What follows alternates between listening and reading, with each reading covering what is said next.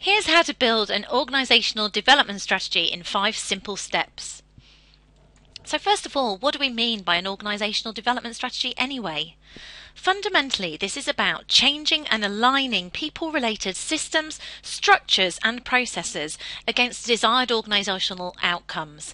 Basically, it's linking people with organisations and where you want your organisation to go. This is vital because very often change initiatives don't succeed because of people-related issues, as the organisation is seen as being just about structures and processes, as opposed to being full of people who have an opinion and you want them to go with you. The benefit of having an OD strategy is that you're much more likely to achieve these end results because they won't become undermined by people resistance. The other point is that you may put in place some fabulous strategies, but sometimes the plug gets pulled on them in times of financial difficulty. So by linking it to strategy, that's far less likely to happen.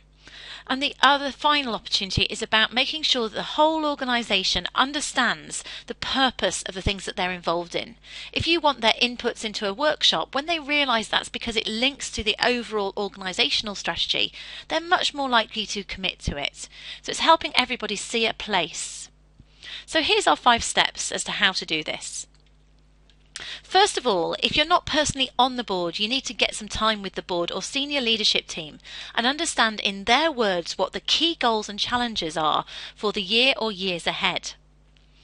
Once you understand those, it's about then agreeing the potential links between these and people-related systems and capabilities in your organisation.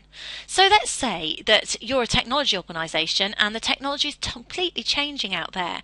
You need people to have different skills within your organisation if you're going to compete at the highest level. Or at the other end of the spectrum, you're an NHS trust. It's all about patient confidence. Well, that might come down to effective team working, effective resourcing and good communication. Once you identify those links, it's time for step 3. And that's when we look at the next step back, which is what are the enablers of those links? So in the event of technology and new skills in the organisation, it could be about recruiting the right people. It could also be about training your existing people. And on top of that, you need to consider how you engage and retain the people that you have with the right skills. In terms of the NHS example, it might be about communication work groups. It could be setting competencies for team working. It could be looking at trust and how to build things like that within an organisation, all of which may be enablers of your outcome. Now, complexity can definitely step in here, and it's good to understand what are the pros and cons of each of those enablers and come up with a number of them with some defined and agreed outputs that you're going to use when you actually look at how you apply them. Having gone then to the detail, it's then really helpful if you can chunk back up again and turn it all into a picture. After all, a picture does speak 1,000 words, or so they say. So here is a couple of examples of organisational development strategy visuals. In terms of keeping this short, I'll just look at this quite quickly. You can see the link here is between the challenging external environment, and then down the left you can see the business strategy. In the middle is the approach of the managers and leadership, and to the right it's the impact on the people. This has been adapted from Burke-Litwin, which is something you could look up, and it's a well-known organisational development strategy map. Over the page is one which was developed by us for an organisation, and they wanted to develop both an engagement and a skill development strategy. Similar to what I said earlier, they needed people with the new skills, technical skills, but also they needed to retain them. To get there, they needed people to feel empowered to learn and grow. There's therefore a succession of development activities that you can see in the verticals. But before we got to that, the foundation was really important. People needed to be properly managed so we understood what their skill gaps were, and they also needed to have role clarity to understand the requirements of their role. So all of these link together. At the bottom it's starting with performance management and role clarity, and at the top we've got our overall skills and agility and engagement, and in the middle are the how we're going to get there pieces.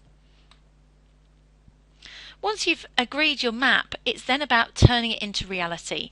So it's about setting goals. It's not about boiling the ocean. It's about checking in and reporting back to the board on how you're getting along with each of the initiatives.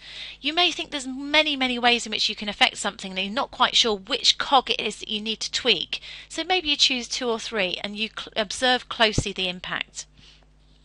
The most important thing is making sure that whatever you are doing in terms of organisational development, in terms of people-related activities, that it's all clearly linked with the overall direction of the organisation.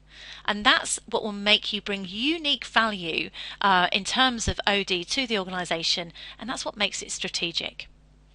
Best of luck, and if you want more information or support, feel free to get in touch with us. Thank you for your attention.